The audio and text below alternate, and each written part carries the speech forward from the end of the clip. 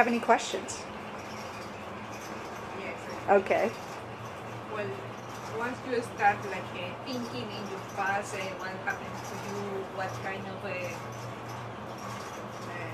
what is affecting, what affected your life until these years, and then you find those things. What can you do to get over them? Because I said, okay, yes, I know that maybe I didn't have a good relationship with my grandmother, or I have this problem, but it's there, and what do I do with those? Well, I'd cover that in the book. She asked what happens with the people in your life, like your parents and all that. And what I work with is, in the book, is ways to interact with them, even if they're alive or if they're dead, you can still work with them. And basically what you want to do is you're recreating your relationship with your parents, with your romantic relationships. Sorry to tell you, I know it's a little Freudian there. But if you can build a way to shift your relationship with your parent in your mind, you don't have to talk to them. You can, but if you can find a way to do that, you'll change the relationship in your world out there. For an example, my father and I, he was very, very emotionally distant to me. He was very loving in his own way. Like, he didn't show he loved me, but with hugs, but with, always being there. And my parents were always together. He never cheated on her. He was always a good provider, but he wasn't like a hugger, and where my mom was a big hugger. So I always thought that he didn't love me, and I was kind of not close to him. I was almost afraid of him. And so there was a part of me that was afraid of men. I really didn't know how to relate to them, because my brother was the same way. He kind of a little distant and not very huggy, and he's a little more huggy than my dad, but it's still like hard to get close to. And so I really didn't have that experience. And so what I had to do is I actually talked to my dad, and I said, I really want to be closer to you, and I want to have a different relationship with you, and I know I'm afraid. And he said he's afraid. And so we changed that relationship. And then after I had that conversation with him, I met my boyfriend 2 months later. So it's just instant, like you just shift whatever that is. And a lot of times what we attract in our life what we saw as our parents when we were kids.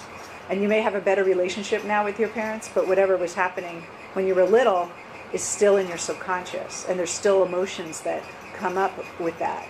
And with hypnosis, you can actually look at it in a different vantage point, like from an adult point of view, and work through that in a different way, and then make up a new story about what they were, and not take it so personally, and not make it about you anymore, and have compassion for them. Maybe they had a tough childhood and they didn't know how to react, or and so it's all about forgiveness. And it's like really, and it's really inside of you. Like, you don't have to get them to change. But I tell you, when I do this work with people and you do these exercises, those other people will start to change around you. People will call you that you maybe have hurt you and apologize. Or a parent that you hadn't heard from. I had when I was in hypnotherapy school, there was a woman who hadn't talked to her dad in 20 years. And she did a forgiveness exercise with him in hypnosis. And he called her that night and said, I don't know why I'm calling, but I need to talk to you. And they've patched up their relationship, and that helped her change. So we're all connected. Like, we're always talking to each other on the subconscious level. So as you shift, you kind of affect everyone around you. And this happens at work too. If you're at work and you have someone that you're kind of, that's bugging you. I had a guy at work that when I was in the corporate world, that kind of threw me under the bus when I was in the corporate world, and we were in the board meeting and lied, and I was so mad at him. And I did this forgiveness exercise, and I kind of worked with him in my mind. And the next day he came up to me. I didn't say anything to him, and he said, I am so sorry. I didn't mean to do that. And my office mate was sitting next to me. She was like, oh my God, what did you do? I didn't do anything. I just did it in here. And so it's really powerful. And when you know that you can almost like shift the people around you with your own mind, it's just so amazing. And then you don't need them to do anything for you. You're like, it's like a Jedi mind trick. Do you ever see that movie, where he's like, kind of like, these aren't the droids you're looking for. You can send those little messages in hypnosis, and the people that you're working with will get it, and they'll shift for you. And even in your own mind, you'll shift how you feel about them. And that's where the healing happens. Sometimes people are passed on, and you can't have that complete conversation. So this would help you find that complete conversation in your mind, and your subconscious doesn't know the difference between what's in your mind and what's out there. So it thinks you're having that conversation for real. So it's a form of, the subconscious is a mixture of fact and fantasy. It's not all fact. So many times when we were kids, we made up things about what happened to us. And if you notice, your siblings have another story of how they saw it. So everything's really how you perceived it to happen to you and not really fact. So using this process, you can go back in and rewrite the story of what happened. Make it up. I made up that guy in Aspen is so intimidated by me. But yeah, so any other questions? Did that answer your question? Yes. Yes. I have a suggestion if you just recently entered into a relationship where you've been doing a lot of resistance and finally you let go and committed, on how to allow it even though you resisted it for a long time? Mm-hmm. Well, one of the processes I use in the book is, she asked about when you're in a relationship and you resist it for a while, then you open up to it, and how to stay open. By default, you're gonna feel that fight to close back down again. And so with this, there's a process I do in the book. It's called my feeling exercise, and basically get into that feeling that you have. That kind of it's a lot of people feel it in their gut, like this kind of like. Or pressure in their chest, some anxiety when they feel like, oh, I don't want to open up, or you want to close down. And you can actually talk to the feeling.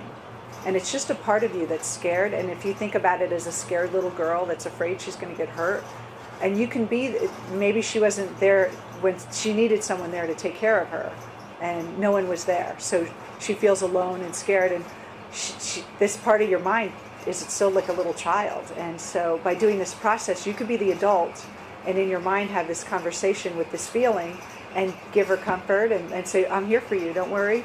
And be like this powerful adult part of you that is going to take care of her and protect her, and be conscious of making sure she's going to be not hurt. And when you have that conversation, it's almost a big shift for you too.